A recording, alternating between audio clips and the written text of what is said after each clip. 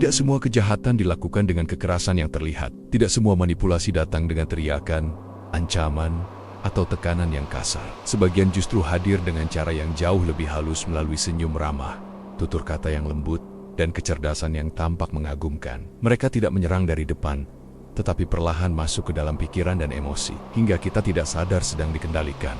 Psikologi modern menyebut kombinasi sifat gelap ini sebagai dark triad. 3 pola kepribadian yang berbahaya ketika bersatu: psikopati, narsisme, dan machiavellianisme. Ketiganya bukan gangguan jiwa dalam pengertian klinis semata, melainkan kecenderungan kepribadian yang dapat muncul pada siapa saja dalam kadar yang berbeda-beda.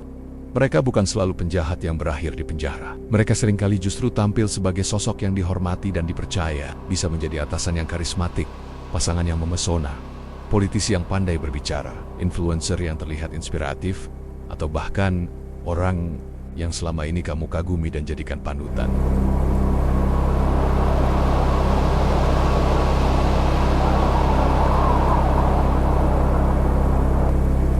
Psikopati bukan semata tentang orang gila atau pembunuh berantai seperti yang sering digambarkan dalam film. Dalam kehidupan sehari-hari, psikopat sering tampil sangat normal, bahkan di atas rata-rata. Mereka bisa terlihat tenang, rasional, penuh percaya diri, dan tampak stabil secara emosi. Namun di balik ketenangan itu, ada kekosongan empati yang nyaris total.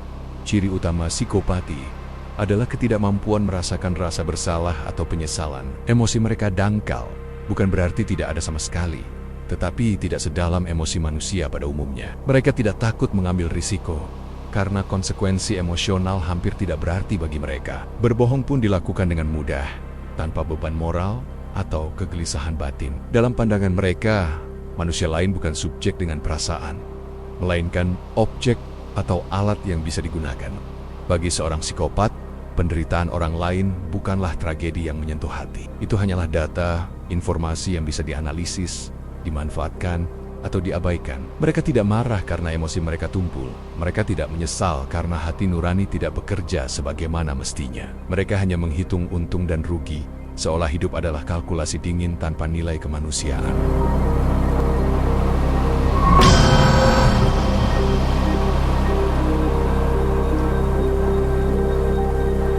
Narsistik sering disalahartikan sebagai rasa percaya diri yang tinggi. Padahal, narsisme bukan sekadar mencintai diri sendiri, melainkan kebutuhan obsesif untuk dipuja dan diakui secara terus-menerus. Di balik tampilannya yang percaya diri, narsistik justru rapuh dan sangat bergantung pada validasi dari luar. Ciri utama narsisme adalah perasaan bahwa diri mereka paling istimewa, paling layak diperhatikan, dan paling pantas mendapatkan perlakuan khusus. Mereka haus pujian dan pengakuan, seolah hidup tanpa tepuk tangan adalah kehampaan. Kritik sekecil apapun bisa terasa seperti serangan besar terhadap harga diri mereka. Akibatnya, mereka kerap merendahkan orang lain secara halus untuk menjaga posisi superior dan selalu berusaha menjadi pusat perhatian dalam setiap situasi. Seorang narsistik tidak ingin dicintai apa adanya, dengan kelebihan dan kekurangan. Mereka ingin dikagumi tanpa syarat. Saat dipuji, mereka bersinar dan tampak memikat. Namun saat dikritik atau tidak mendapat perhatian, mereka bisa berubah defensif, sinis, bahkan menyerang. Reaksi mereka bukan lahir dari kekuatan, melainkan dari ketakutan kehilangan citra diri yang mereka bangun.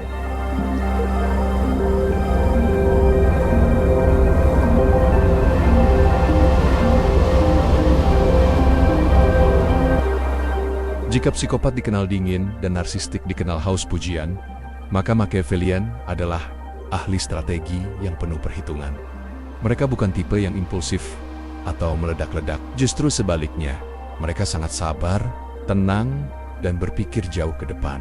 Ciri utama Machiavellianisme adalah sifat manipulatif dan licik yang dibungkus dengan kecerdasan sosial. Mereka mampu menahan diri, menyusun rencana jangka panjang, dan tidak terlalu peduli pada moral selama tujuan tercapai. Mereka pandai membaca kelemahan orang lain, ketakutan, harapan, ambisi, lalu menggunakannya sebagai alat pengendali. Mereka tidak terburu-buru dalam bertindak. Mereka menunggu waktu yang tepat. Setiap langkah disusun seperti permainan catur, di mana orang lain seringkali tidak sadar sedang dijadikan bidak. Bagi seorang Machiavellian, kepercayaan bukanlah nilai moral yang dijaga, melainkan senjata yang bisa dipakai dan dibuang ketika tidak lagi berguna.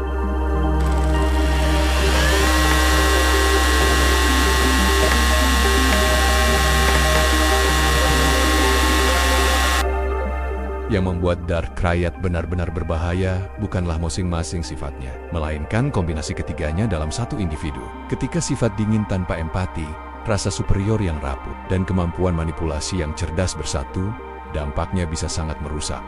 Bayangkan seseorang yang tidak punya empati seperti psikopat, merasa dirinya paling hebat seperti narsistik, dan pandai memanipulasi seperti Machiavellian. Individu seperti ini sering tampak sangat karismatik, sangat meyakinkan, dan seolah memiliki aura kepemimpinan alami. Namun di balik pesona itu, mereka bisa sangat berbahaya secara sosial dan emosional.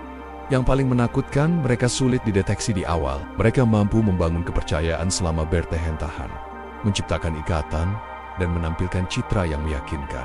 Hingga suatu saat, tanpa peringatan, mereka menghancurkanmu, tanpa rasa bersalah, tanpa penyesalan, dan tanpa melihat dampak yang ditinggalkan.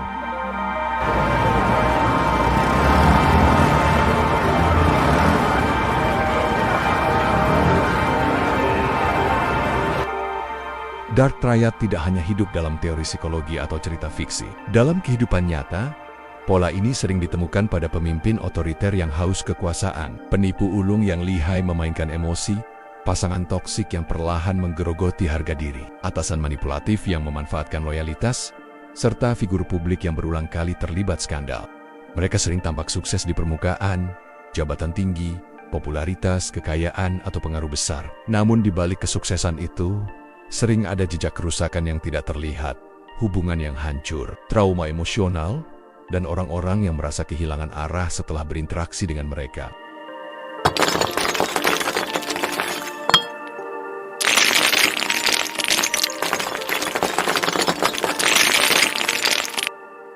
Stoikisme mengajarkan satu prinsip dasar yang sangat relevan.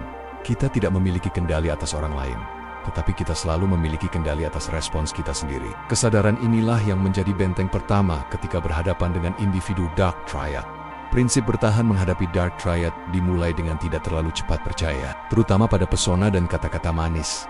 Perhatikan pola perilaku, bukan janji atau retorika. Jaga batas emosional, agar tidak mudah terseret permainan mereka. Jangan terpancing ego, karena itulah pintu masuk utama manipulasi. Dan jika situasi semakin merusak, menjauh tanpa drama seringkali menjadi pilihan paling sehat.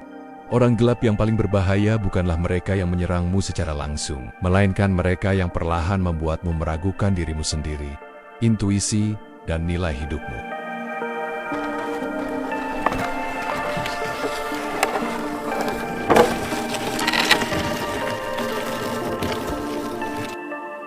Dark Triad bukan mitos atau istilah sensasional semata. Ia ada, nyata, dan sering bersembunyi di balik kecerdasan, pesona, serta citra yang tampak mengagumkan. Memahami Dark Triad bukan berarti menjadi curiga berlebihan terhadap semua orang, melainkan menjadi lebih sadar dan waspada.